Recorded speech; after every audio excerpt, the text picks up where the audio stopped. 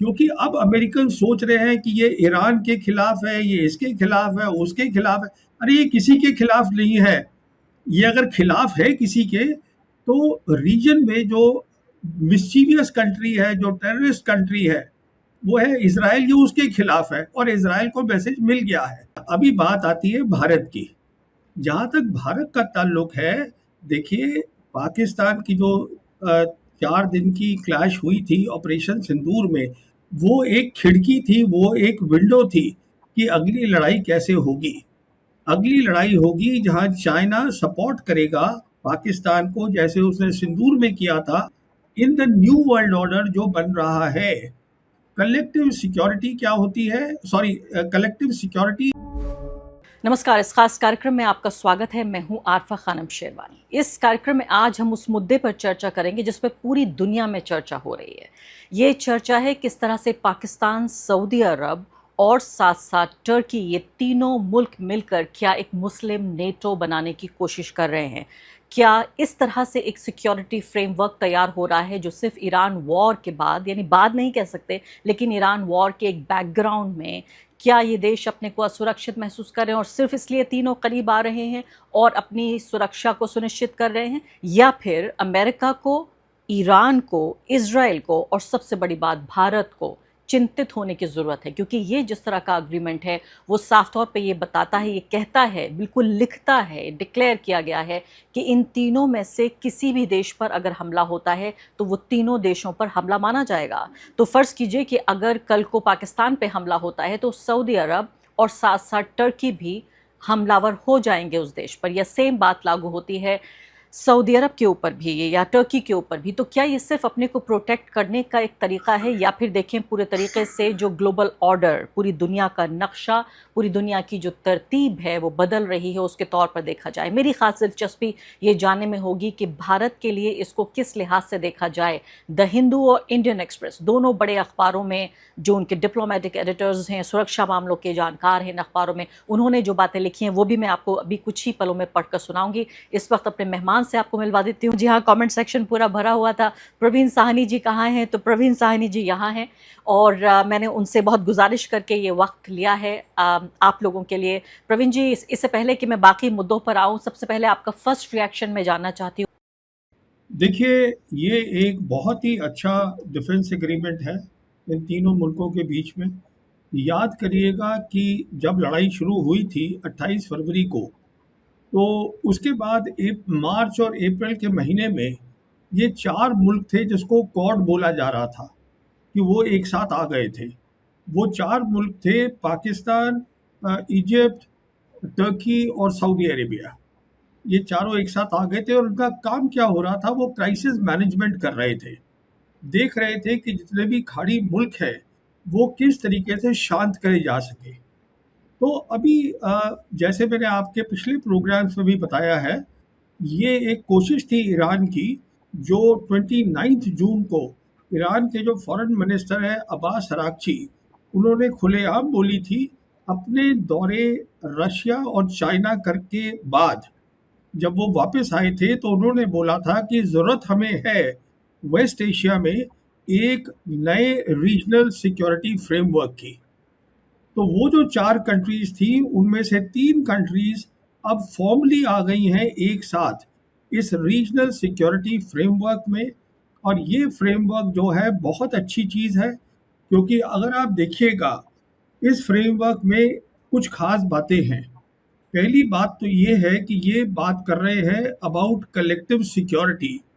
Collective security एक नया concept है जो कि न्यू वर्ल्ड ऑर्डर के लिए है। इसके अंदर क्या होता है कलेक्टिव सिक्योरिटी में, कि जो आपके आपस के मसले हैं वो आप बातचीत से हल करिए, और साथ में ये भी देखिए कि आपकी सिक्योरिटी तो आप चाहते हैं पर दूसरी की सिक्योरिटी का नुकसान ना करे। मिसाल के तौर पे जो ये अभी लड़ाई चल रही है सऊदी अरेबिया और यमन, ये हूतीस के बीच में, पर इसका हम आगे और बात कर सकते हैं। तो ये कलेक्टिव सिक्योरिटी तो एक बात हो गई। तो इसका मतलब ये है कि जब अमरीकी फौजें वेस्ट एशिया से बाहर चली जाएंगी, ये उसकी तैयारी हो रही है और इसमें पाकिस्तान एक बहुत ही इम्पोर्टेंट रोल प्ले कर रहा है। और दूसरा इसमें इशू है कलेक्टिव डिटरेंस का। कलेक्टिव डिटरेंस का मतलब ये होता है कि आप एक साथ हैं, आपके जो दुश्मन हैं, अब इस केस में दुश्मन कौन है? इजराइल है। आपके दुश्मन को पता होना चाहिए कि अगर आप एक पे हमला करते हैं तो सब पे हमला है। इसका अमेरिका से कोई लेना देना बिल्कुल नहीं है। ये तो बल्कि वो अरेंजमेंट है जो ईरान के इनिशिएटिव से, पाकिस्तान की मदद से, चाइना और रशिया की बैकिंग से क्रिएट करा जा रहा है रीजन की शांति, स्टेबिलिटी और प्रॉस्पेरिटी के लिए। ये एक अलग चीज़ है और इसके अंदर जो है सारे के सारे जो मुस्लिम कंट्रीज़ हैं उनको इनवाइट करा जा रहा है कि आप शिया सुन्नी में तकसीम मत करिए अपने आप को, सब एक साथ इसमें काम करिएगा। तो ये तो बहुत मुख्तसर जो है ये इसके बारे में बात हो गई। मुझे हैरानी हो रही है कि आप ये कह रहे हैं कि इसको शिया सुन्नी में ना देखा जाए। कई वेस्टर्न कमेंटेटर्स को सुन रही हूँ, पढ़ रही हूँ, और वो ये कह रहे हैं कि इसको ईरान के खिलाफ देखा जाए, कि एक सुन्नी एक तरह का अलायंस है ये, एक शिया ईरान के खिलाफ। तो पहली बात तो क्या इसको क्लियर होना चाहिए, और आप ये कह रहे हैं कि ईरान की इसमें रजामंदी है, तो ये बात मुझे हैरान करती है। दूसरा एक पक्ष जो मैं आपसे समझना चाहती हूँ वो ये कि इस पूरे जो मुआहिदा हुआ है इसमें जो धर्म का पक्ष है उसको आप अगर ना भी देखना चाहें तो ये तीनों देश ऐसा लगता है कि इसको पेश करना चाहते हैं कि एक तरह का ये सिक्योरिटी लेकिन साथ साथ एक धार्मिक रिलीजियस अलायंस है, ये 3 इस्लामिक मुल्कों का अलायंस है। क्योंकि फिर एक वेस्टर्न कमेंटेटर ने ये कहा कि अगर आप इसको इस तरह से पेश करना चाहते हैं, उसको बाकायदा मक्का अकॉर्ड कहा जा रहा है, तो और बाकायदा तीनों देशों के नेता जाके नमाज पढ़ रहे हैं, वहाँ पर दिख रहे हैं, यानी विजिबली इसको दिखाने की कोशिश हो रही है कि ये एक तरह का मुस्लिम अलायंस है। तो फिर कल को फिक्र इस बात के लिए नहीं होनी चाहिए कि अगर कोई नॉन मुस्लिम अलायंस या एंटी मुस्लिम कंट्रीज अलायंस भी बनने लगे, क्योंकि अगर आप अपने को मुसलमान की तरह पेश करेंगे तो आपके खिलाफ भी उस तरह की राजनीति हो सकती है। देखिए, पहली बात तो ये है, ये अलायंस नहीं है। अलायंस का मतलब होता है मिलिट्री अलायंस। समझने की कोशिश करिए, ये कलेक्टिव सिक्योरिटी है और ये मक्का में हुआ था, इसलिए इसका नाम दे दिया गया है मक्का जॉइंट डिफेंस अग्रीमेंट। अगली बात ये है, आपको इस बात का ध्यान रखना है कि ये जो है, मैं आपको अब डेट्स ही बता देता हूँ कि मैं इस नतीजे पे क्यों पहुँचा हूँ। पर वो डेट्स बताने से पहले जो आपके वेस्टर्न कमेंटेटर्स बोल रहे हैं उनको बताइएगा सबसे पहले जाके 7 अगस्त का जो पाकिस्तान का फॉरेन ऑफिस है उनका जो प्रेस नोट आया है उसको ध्यान से पढ़े और समझे। और उसके बाद उनको ये भी बोलिए, जो टर्किश प्रेसिडेंट है उर्दुगान, उन्होंने अपने कमेंट भी किए हैं इसके ऊपर, उसको इसके साथ पढ़िएगा तो बात एकदम साफ हो जाती है। तो ये कोई नई बात नहीं हुई है। देखिए, ऐसा था कि 28 फरवरी को लड़ाई शुरू हुई थी। हम जानते हैं कि अमेरिका और इजराइल ने धोखे के साथ ईरान पे हमला किया था। उसके बाद फर्स्ट फेज जो थी इस लड़ाई की वो 8 अप्रैल को ख़त्म हो गई थी। उसके बाद आपको बताना चाहूँगा कि 27 अप्रैल को अब्बास अराक्ची जो है वो रशिया गए थे। वहाँ सेंट पीटर्सबर्ग में उनकी 1.5 घंटा मुलाकात हुई प्रेसिडेंट पुतिन से। उसके बाद वो वापस आए और 6 मई को फिर अब्बास अराक्ची गए थे चाइना। वहाँ उनकी मुलाकात हुई वोंग ही के साथ। उसके बाद ये जब वापस आ गए तो 17 जून को, याद करिएगा, MOU साइन हुआ था। और जो ईरान है, ईरान ने उस MOU का नाम ही रख दिया था इस्लामाबाद MOU। और उसका नाम इसलिए रखा था क्योंकि उनको मालूम था कि इस्लामाबाद को इस MOU को आगे ले जाने में बहुत बड़ा काम करना होगा। आगे कहाँ ले जाना है अभी आता हूँ। उसके बाद देखिएगा 17 जून को ये MOU साइन हुआ है और 23 जून को ईरान के जो प्रेसिडेंट पेजिशकियन है वो स्टेट विजिट पे पाकिस्तान गए थे और पाकिस्तान में उनकी बहुत बातें हुई। और उसमें एक बात ये हुई होगी, रजामंदी लेनी पाकिस्तान की, जो अराक्ची सोच लाए थे नए वर्ल्ड ऑर्डर की अपने चीन और रशिया के दौरे के बाद।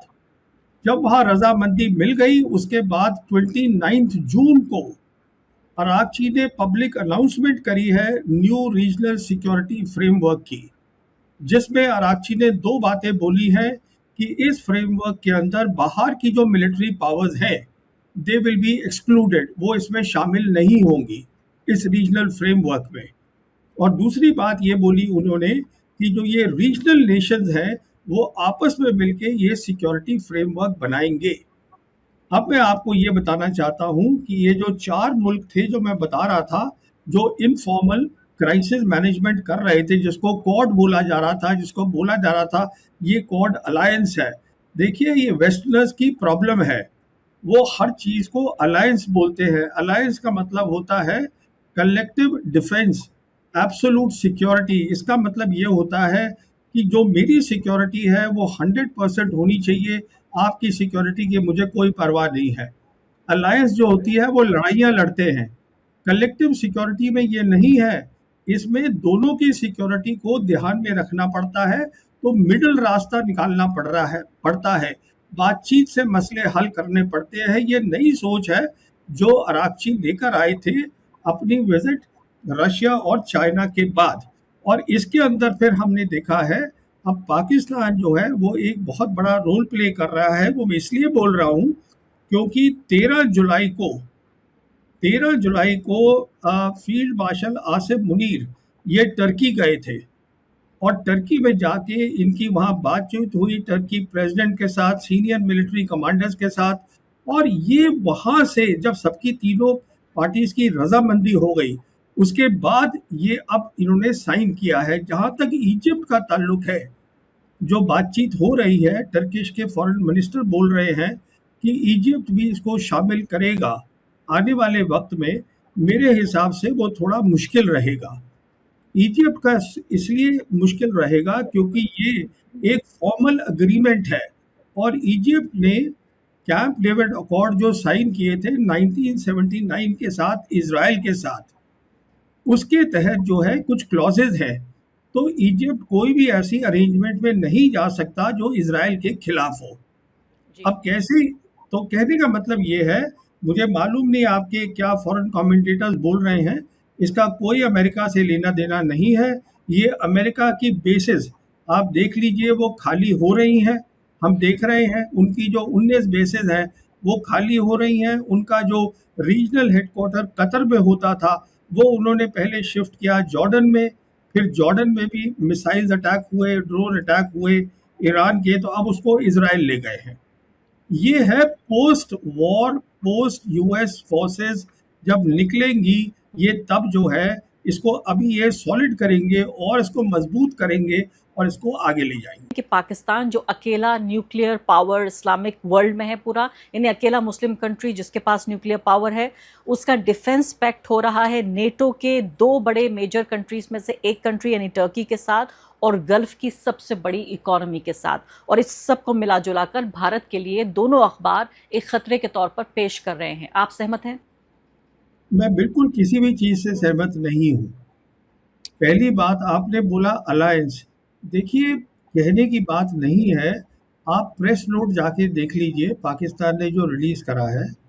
ये जो फॉर्मल चीज आई है वो इसको बोल रहा है joint defence agreement. Alliance word का इस्तेमाल नहीं किया जा रहा है। तो अगर कमेंटेटर कर रहे हैं तो वो कमेंटेटर की प्रॉब्लम है।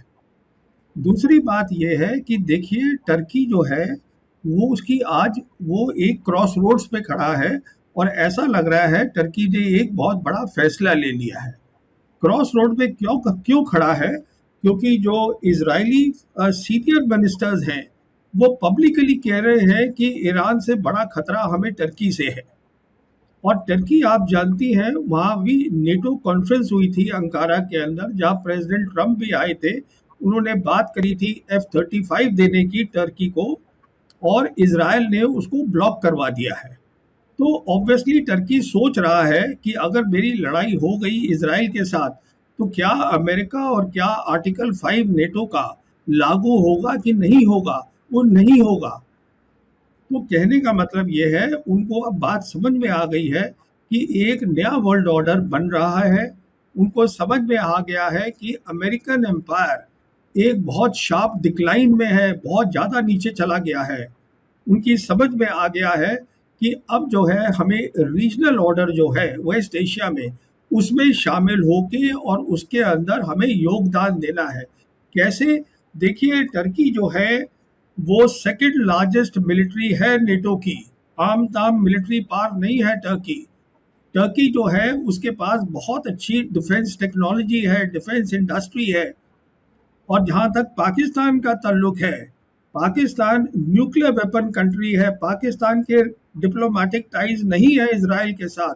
और पाकिस्तान जहाँ तक इन सब वेस्ट एशियन कंट्रीज का ताल्लुक है, वो इस नतीजे पे पहुंचे हैं, वो हमारी ऑपरेशन सिंदूर के बाद कि उनकी जो मिलिट्री ताकत है, लड़ाई करने की कन्वेंशनल कैपेबिलिटीज, वो भी बहुत अच्छी है। तो ये सारा जो है, ये ईरान जो सोच लाया था न्यू वर्ल्ड ऑर्डर की, जो बैकिंग है चाइना और अमेरिका, चाइना और रशिया की, ये उसको आगे ले जाने की बात हो रही है। देखिए प्रॉब्लम क्या है कि जो अमेरिकन कमेंटेटर्स हैं, उनको ये न्यू वर्ल्ड ऑर्डर क्या है वो भी नहीं मालूम है।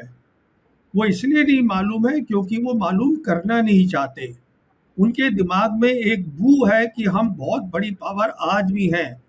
वो खत्म हो गया वेस्ट एशिया की लड़ाई में। और ये लड़ाई जो है हार चुके हैं प्रेसिडेंट ट्रंप।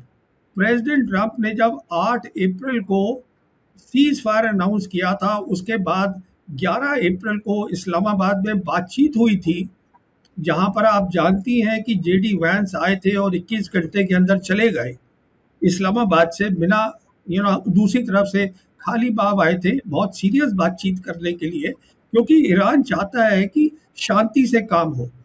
अब ये एक बार वो लड़ाई हार गए हैं तो ऐसा नहीं होगा आप एक काम को 10 बार करिएगा तो उसका नतीजा अलग आएगा, वो ऐसा कुछ नहीं होगा। लड़ाई हारी जा चुके हैं, कोई ऑप्शन नहीं है। ये उसी दिन हारी गई थी जब 8 अप्रैल था।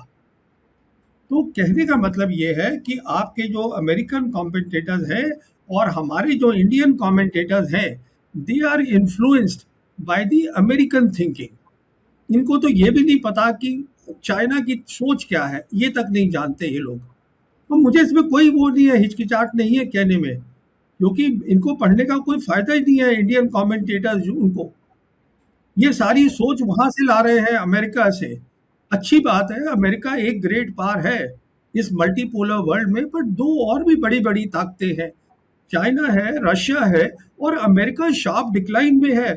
और जो इसका अब हश्र होगा, अमेरिका का जब यहाँ से निकलेगा, तो अमेरिका और जो ये पुराना वर्ल्ड ऑर्डर था, ये अब खत्म हो रहा है। ये हमें समझ इसको समझने में वक्त लग रहा है। और आप कह रहे हैं कि ये न सिर्फ कि वेस्टर्न कमेंटेटर बल्कि इंडियन कमेंटेटर्स भी और भारत के जो पत्रकार और एक्सपर्ट्स भी हैं वो भी उनसे प्रभावित हैं, इन्फ्लुएंस्ड हैं। लेकिन जो मुझे सवाल का जवाब नहीं मिला प्रवीण साहनी जी, वो ये है कि भारत को कितनी चिंता करनी चाहिए। पहली बात तो ये है, सऊदी अरब समझ में आता है कि वेस्ट एशिया का हिस्सा है, लेकिन टर्की आपने हैरान कर दिया, कह रहे हैं कि नेटो का हिस्सा रहने के बावजूद भी अपने को सुरक्षित महसूस नहीं कर रहा है और सोच रहा है कि एक नए ब्लॉक का हिस्सा बनना पड़ेगा और इसमें काफ़ी वो कमज़ोर या वल्नरेबल अपने आप को महसूस कर रहा है।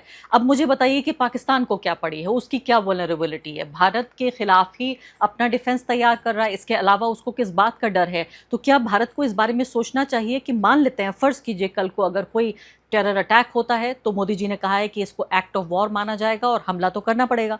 तो अगर हमला करता है भारत पाकिस्तान के ऊपर, तो क्या ये माना जाए कि सऊदी अरब और टर्की ये अपनी फौजों के साथ आ जाएंगे और भारत के ऊपर हमला कर देंगे, पाकिस्तान को प्रोटेक्ट करेंगे?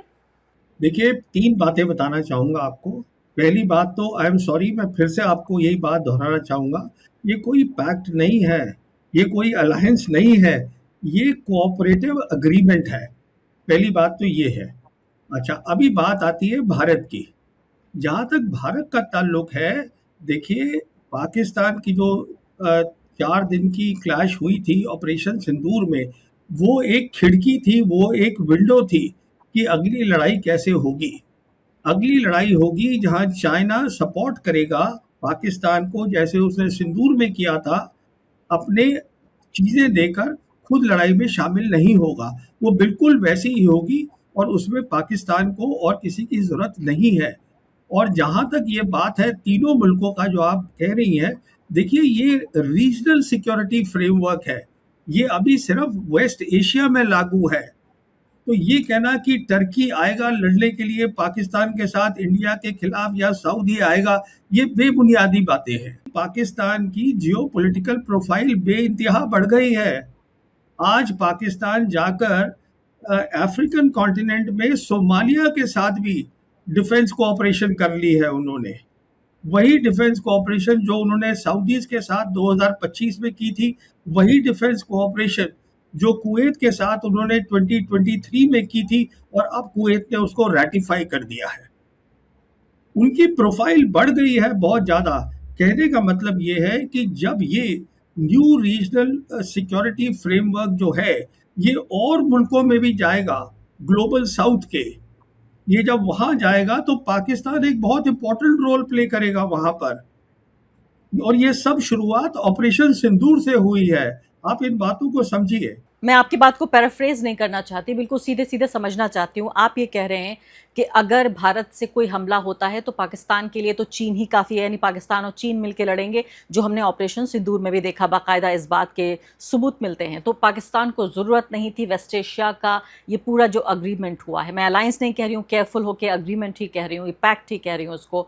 तो इसका मतलब पाकिस्तान की मदद की ज़रूरत है टर्की को, सऊदी अरब को, इसलिए वो इसका हिस्सा बन रहा है, और जो बाकी देश आएंगे उनको भी पाकिस्तान की सिर्फ मदद की ज़रूरत है। पाकिस्तान अपनी मदद के लिए ये पैक्ट नहीं कर रहा है, बल्कि उनको मदद देने के लिए कर रहा है। क्या आप ये कहने की कोशिश कर रहे हैं? मैं ये कहने की कोशिश कर रहा हूँ कि इसका नाम है कलेक्टिव डिटरेंस। और डिटरेंस का मतलब होता है दूसरे इंसान को डराना, उसको डिटर करना, रोकना। अब वो मदद टर्की को चाहिए कि नहीं चाहिए, वो वक्त बताएगा। अगर टर्की कहेगा मुझे मदद ही नहीं चाहिए इजराइल के खिलाफ, तो फिर वो नहीं देंगे दोनों। अगर टर्की, अभी जो चीज़ अभी हुई है वो ये है कि जब इजराइल अपनी कैलकुलेशन करेगा लड़ाई की, उसमें इस बात को शामिल करेगा कि ये तीनों जो हैं इन्होंने कलेक्टिव डिटरेंस बनाया है, विच मीन्स एक के ऊपर अटैक होगा तो सब पर अटैक है। तो अगर मैं कुछ भी करूंगा टर्की के ऊपर, तो ये दो मुल्क टर्की के साथ आके खड़े होंगे। अब उनको जरूरत है टर्की को, नहीं है, वो तो टर्की तय करेगा।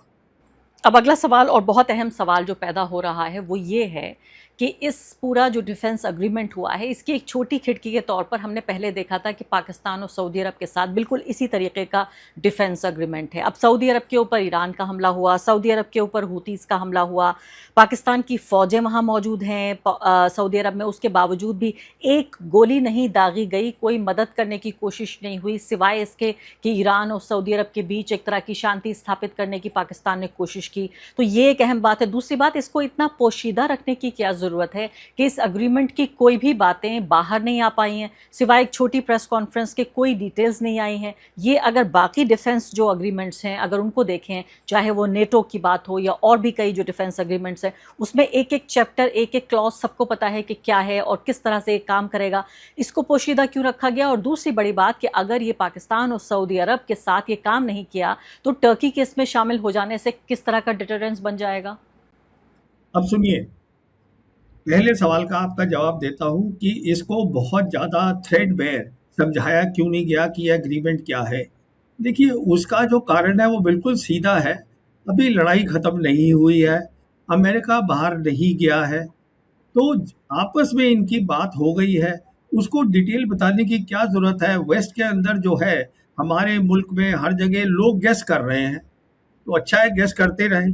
जो एक्चुअल बात है वो तो समझ में आ गई है, ईरान को भी समझ में आ गई है, इजराइल को भी समझ में आ गई है, और इन तीनों मुल्कों को भी समझ में आ गई है, पहली बात। दूसरी बात, जब हम बात करते हैं कलेक्टिव डिफेंस, वही मैं आपसे कहने की बात कह रहा हूँ, ये बात अभी वक्त लगेगा समझने में, ये नई चीज़ क्या है। ये नई चीज़ ये नहीं है कि पाकिस्तान को जो है वो हूती से लड़ाई करनी है क्योंकि उसने सऊदीज़ के साथ डिफेंस एग्रीमेंट करा है। देखिए, बात ये है कि सऊदीज़ और यमनीज़ जो हूतीज़ हैं, इनका जो प्रॉब्लम है वो कोई 12 साल पुराना है।